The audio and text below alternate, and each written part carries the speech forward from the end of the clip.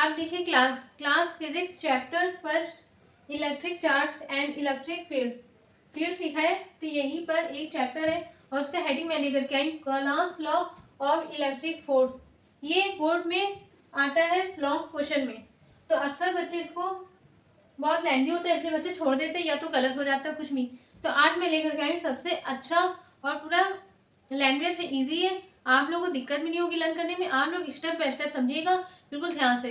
तो यहाँ पर देखिए क्या बोला गया हमको, कौलॉम्स लॉ ऑफ इलेक्ट्रिक फोर्स मतलब दो चार्ज के बीच का इलेक्ट्रिक फोर्स निकालना है। इसको एक और नाम से हम जानते हैं इलेक्ट्रोस्टैटिक फोर्स। तो देखिए यहाँ पर सबसे पहले हम डायग्राम जान लेते क्या है। यहाँ पर एक पार्टिकल है ए नाम और दूसरा पार्टिकल है बी, ठीक है। इस चार्ज का नाम है Q1 और इसका नाम है Q2, ठीक है।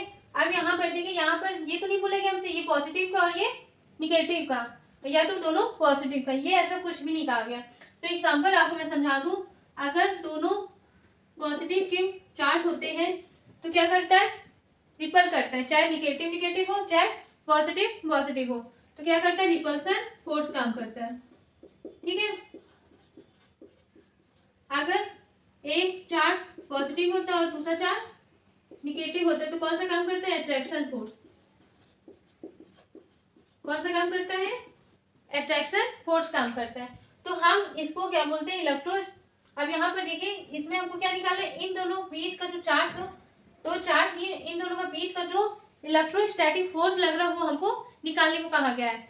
तो अब यहाँ पर देख लीजिए इस बीच इसकी डिस्टेंस कितनी है, r है, ठीक है।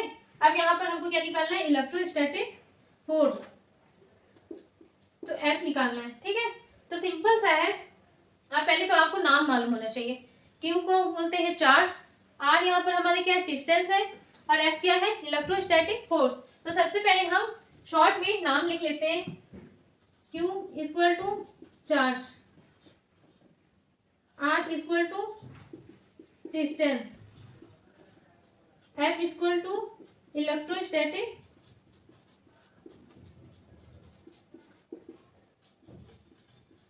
फोर्स, ठीक है। ये हमारा एक डायग्राम था और इसका नाम था, ठीक है। तो अब देखिए इसमें बोर्ड पेपर में, अब देखिए इसमें बोर्ड पेपर में हमको नाम बताना, लेट करके इसमें नाम करके अगर लैंग्वेज लिखने का एक थ्योरी है उसका लिखने का तरीका ऐसे लिखते हैं, देखिएगा स्टेप पर, और बिल्कुल इजी लैंग्वेज होगा, आपको याद करने की जरूरत भी नहीं पड़ेगी। तो सबसे पहले देखते हैं, let Q1 and Q2 be the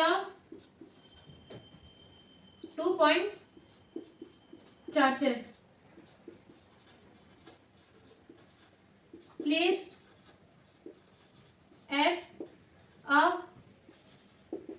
distance, distance क्या है, r है, इन फ्री स्पेस वैक्यूम,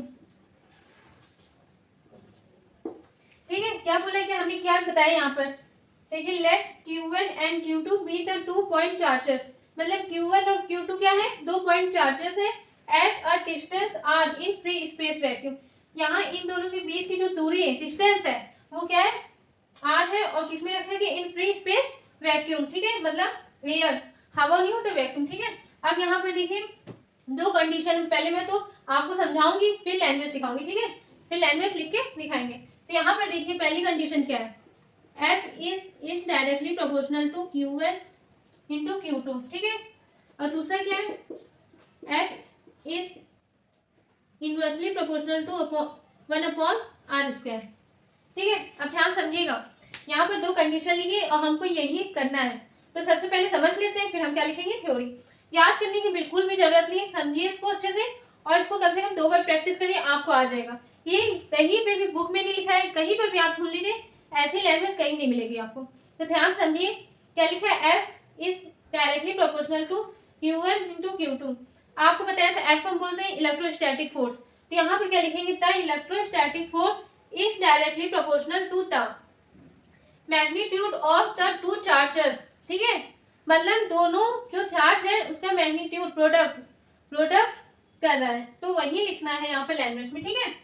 तो कंफ्यूज मत होइएगा। अब यहाँ पर दूसरा हमसे क्या बोला गया, the electrostatic is inversely proportional to the square of distance between them, किसके बीच की, दोनों चार्जेस के बीच की, वो हमारी डिस्टेंस का स्क्वायर है। ठीक है, अब ध्यान समझिए, अगर Q1 इंटू Q2 बढ़ेगा तो F भी क्या करेगा, बढ़ेगा, डायरेक्टली प्रोपोर्शनल टू में ये होता है। अगर यहाँ पर देखिए आर स्क्वायर है, ठीक है, जो भी वैल्यू होगी अगर बढ़ेगी तो F क्या होगा, कम होगा, और अगर आर कम होगी तो F क्या होगा, ज्यादा होगा। तो ऐसे समझिए। अब हम यहाँ पर लैंडर थ्योरी लिखते हैं। थ्योरी समझिए कैसे करते हैं। सबसे पहले लिखेंगे according to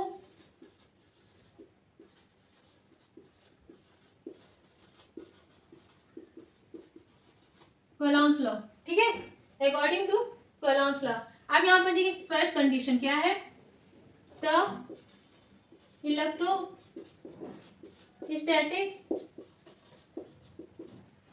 force is directly proportional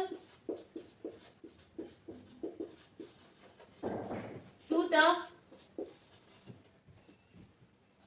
is directly proportional to the product of the magnitude of two charges। ठीक है, देखिए ध्यान समझिएगा क्या लिखा है, the electrostatic force is directly proportional to the product of the magnitude of two charges. ठीक है, मतलब दोनों चार्ज के प्रोडक्ट करने का इज डायरेक्टली प्रोपोर्शनल टू होता है इसके इलेक्ट्रोस्टैटिक फोर्स के। तो यहाँ पे लिख लीजिए F is directly proportional to Q1 into Q2, इसको मान लेंगे फर्स्ट इक्वेशन। ठीक है, अब देखिए ऊपर इरेज करते हैं, या तो आप सबसे पहले इसको नोट कर लीजिए, फिर हम पूरा ड्राफ्ट करके फिर अगला नेक्स्ट कंडीशन लिखते हैं। हमने नोट कर लिया होगा वहां तक। अब उसके नेक्स्ट कंडीशन क्या है, second condition, the electrostatic force is inversely proportional to the square of distance between them। मतलब क्या बोलेंगे यहाँ पर, देखिए कंडीशन क्या है, F is inversely proportional to 1/r square। इसको सेकेंड इक्वेशन, ये कौन सी इक्वेशन है, सेकेंड इक्वेशन। फर्स्ट इक्वेशन आप लोगों को नोट कर लिया होगा। अब देखिए यहाँ लैंग्वेज का मतलब क्या है, the electrostatic force is inversely proportional to the square of distance, जो डिस्टेंस है उसका square of distance between them, किसके बीच की, टू चार्जेस की, टू चार्जेस। ठीक है, अब आप लोग समझ में आ गया होगा। अब यहाँ पर देखिए अब लिखेंगे क्या, from equation first and second we get. ठीक है, अब देखिए फर्स्ट इक्वेशन में आपको क्या था, देख लीजिए, मैं फिर से दिखा रही हूँ, Q1 इंटू Q2, ये थी फर्स्ट इक्वेशन। ठीक है, अब यहाँ पर देखिए F यहाँ पर सेम है, यहाँ पर भी क्या है, सेम है, तो दोनों को इधर लिख लेंगे F। अब ये प्रोपोर्शनल लगा लेंगे। अब देखिए 1 के सामने क्या है, Q1 इंटू Q2, तो इसको ऐसे ही कर लेंगे, Q1 इंटू Q2 अपॉन नीचे क्या है, आर स्क्वायर। ये कौन सी इक्वेशन हो गई, थर्ड इक्वेशन हो गई। अब ध्यान से आप लोग पढ़ते आ रहे हैं, अगर प्रोपोर्शनल हटाएंगे तो हमारे यहाँ पर क्या रहता है, कांस्टेंट टर्म आ जाता है। तो देखिए वही करते हैं, think F equal to small k Q1 into Q2 upon r square, ये हमारी फोर्थ इक्वेशन हुई। अब k क्या है यहाँ पर, where k is a constant, तो यहाँ पर ध्यान समझिएगा। कोई बात नहीं, डायग्राम में फिर से बना दे रही हूँ। Q1 Q2 डिस्टेंस क्या है, R A, और यहाँ पर पार्टिकल B, और यहाँ पर क्या निकालना था, F। अब ध्यान समझिएगा, वे क्या लिख देंगे, लैंग्वेज लिखिएगा, where small k is a constant. ठीक है, अब ध्यान से देखिए, here the value of small k की वैल्यू क्या है यहाँ पर 1/4 पाई एप्सिलॉन नॉट के। ठीक है, यहाँ पर क्या है कैपिटल के। और ध्यान से समझिएगा, मैं यहाँ पर कुछ बोलने जा रही हूँ, आपको ध्यान से समझिएगा स्टेप बाय स्टेप। ठीक है, पहले हम 1/4 एप्सिलॉन नॉट के, मतलब के यहाँ पे मान लीजिए 1, के को पहले हम कंडीशन बता दें आपको, वेयर कैपिटल के क्या है, इज अ डाइलेक्ट्रिक कांस्टेंट। क्या है, डाइलेक्ट्रिक कांस्टेंट है। ठीक है, यहाँ तक आप लोग क्लियर हो गया होगा। अब देखिए के की वैल्यू अलग अलग होती है हर एक कंडीशन की। तो क्या मतलब, अगर एयर हो गया, मतलब एयर मीडियम होता है यहाँ पर, तो एयर की वैल्यू अगर एयर आए तो वहां पे के की वैल्यू क्या होती है 1 होती है। अगर वाटर आ गया तो वहां में के की वैल्यू होती है 80 या 81।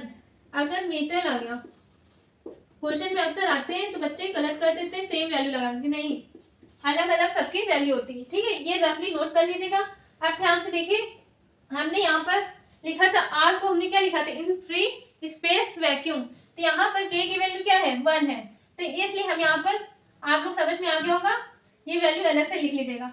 अब ध्यान से समझिए, देयरफॉर 1/4 पाई एप्सिलॉन नॉट की वैल्यू क्या होती है, न्यूमेरिकल में यूज होते हैं, तो इसलिए ध्यान समझिएगा 9 × 10 की पावर 9।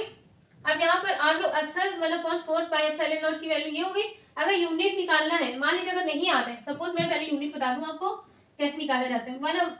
क्या था यहाँ पर स्मॉल के Q1 Q2 upon r square.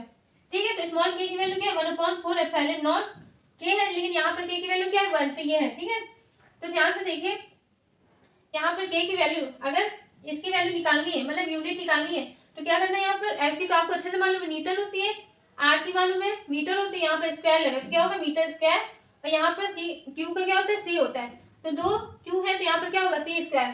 तो देखिए क्या आ जाएगा न्यूटन मीटर स्क्वायर अपॉन सी स्क्वायर, ये यूनिट होगी। आपको याद करने की कोई जरूरत नहीं, बस फॉर्मूला याद रखिएगा तो आप यूनिट अपने आप निकाल लेंगे। इसके बाद एप्सिलॉन नॉट क्या होता है, परमिटिविटी ऑफ फ्री स्पेस। ठीक है, इसका नाम ये होता है, एप्सिलॉन नॉट बोलते हैं, नाम ये होता है। अब इसकी वैल्यू होती है 8.85 × 10 की पावर -12। ठीक है, तो कंफ्यूज मत होइएगा, इसको यहाँ तक पूरा आप नोट कर लीजिएगा। अब पूरा ये डेरिवेशन, इस पूरे डेरिवेशन को हम बोलते हैं कौलॉम्स लॉ ऑफ इलेक्ट्रोस्टैटिक फोर्स या इलेक्ट्रिक फोर्स। अब आप लोग इससे रिलेटेड अगर न्यूमेरिकल आते हैं, मान लीजिए सपोज अगर के वैल्यू यहाँ पर एयर आ गया, क्वेश्चन में अगर एयर मीडियम जो भी बोला जाता है, तो वहां पर अगर एयर आ गया तो आप इसको पूरा मत रखिएगा, सीधे 9 × 10 की पावर 9 इसकी वैल्यू होती, इसकी नहीं होती, ध्यान से समझिएगा। के की वैल्यू मैं लिख रही हूँ, एयर में के की वैल्यू होती 1, वाटर में के की वैल्यू होती 80 या 81, आप लोग बताया, मेटल में होती है इंफिनिटी या 1/0 ये होती है। और एसआई यूनिट चार्ज की क्या होती है कौलॉम होती है, वो तो सबको पता है। यहाँ पर ध्यान से समझिएगा। ठीक है, आप उसको पूरा अच्छे से रजिस्टर पे आप नोट कर लीजिएगा स्टेप बाय स्टेप, और 2 बार प्रैक्टिस करिएगा, आपको अच्छे से आ जाएगा। Thank you. अब हम मिलते हैं अगले नेक्स्ट टॉपिक में। Thank you.